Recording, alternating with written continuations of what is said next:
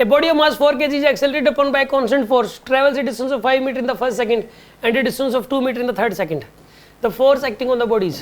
देखो सुनो आप, पहली सेकंड में तो 5 मीटर ट्रैवल किया और अगली सेकंड और थर्ड सेकंड में 2 मीटर ट्रैवल किया। इसका मतलब आप क्या समझे, एक्सेलरेशन है कि रिटार्डेशन है?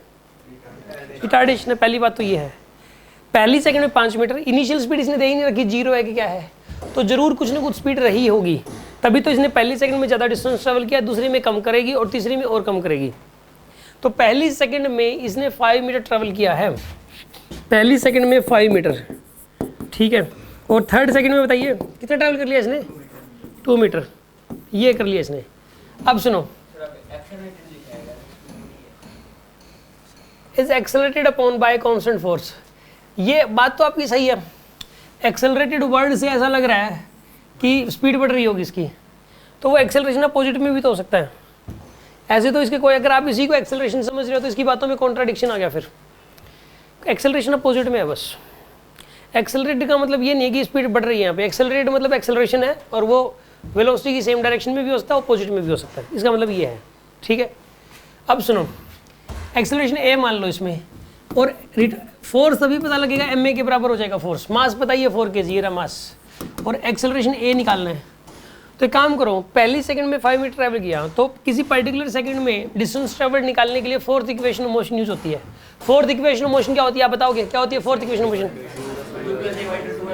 बिल्कुल, S equals to U plus A by 2 into में 2n-1। तो यहाँ पे आएगा, पहले 5 आएगा, u की वैल्यू u मान लो आप, माइनस साइन लगाओगे यहाँ पे। हमें a भी नहीं पता, u भी नहीं पता, और ये पहली सेकंड पता है। यहाँ पर आएगा इस केस के अंदर is equals to u minus A by 2, 2 - 1 की वैल्यू 1 हो जाएगी, ठीक है। तो this is the first equation hair, ये पहली इक्वेशन आ गई।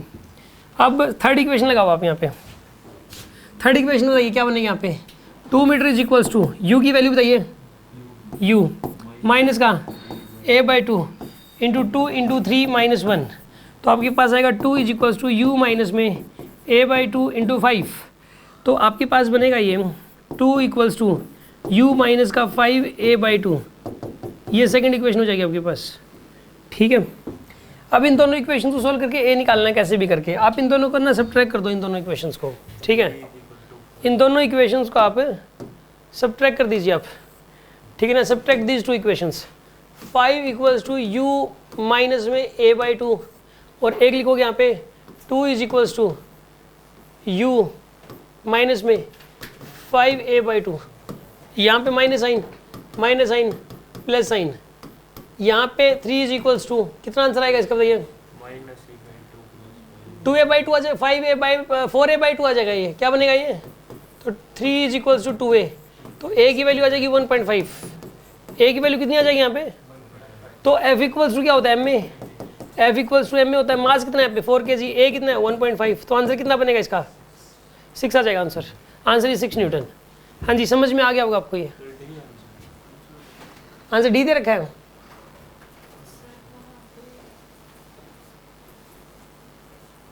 The force acting on the body क्या दे रखा है? डी। पीछे ये गलत भी तो हो सकता है ना, देखो हमने कोई कैलकुलेशन मिस्टेक ही की होगी अगर ज़्यादा से ज़्यादा, तो फिर u ये माइनस साइन है, कैंसिल हो गया। ये 5a बाई 2 में से a बाई 2 गया, कितना बचेगा? ये 4a बाई 2 बचेगा, ठीक है। तो ये प्लस का 3 आएगा, ठीक है। ये तो 3 इक्वल टू 2a, a की वैल्यू आएगी 3 बाई 2 होता है 1.5, ठीक है। तो f इक्वल टू m में होता है 4, अपना सही है यार ये, ठीक है ना। अगर आपको इस पर डाउट लग रहा है, हो सकता है इसमें गलत दे रखा हो, तो हम नेट पे भी सर्च कर लेते हैं इसको, ठीक है। A body of mass 4 kg is accelerated upon by a constant force, travels a distance of 5 meter in the first second and a distance of 2 meter in the third second. According to Topper, hence the force acting on the body is. वैसे तो ये हमारे वाला video मिल जाएगा इसके अंदर, इसमें answer दे रखा है सी का आंसर दे रखा है 6 न्यूटन, ठीक है। 6 न्यूटन नहीं आएगा आंसर, इसमें भी 6 न्यूटन दे रखा है, आंसर 6 न्यूटन दे रखा है। समझ में आ गया होगा आपको ये, है ना।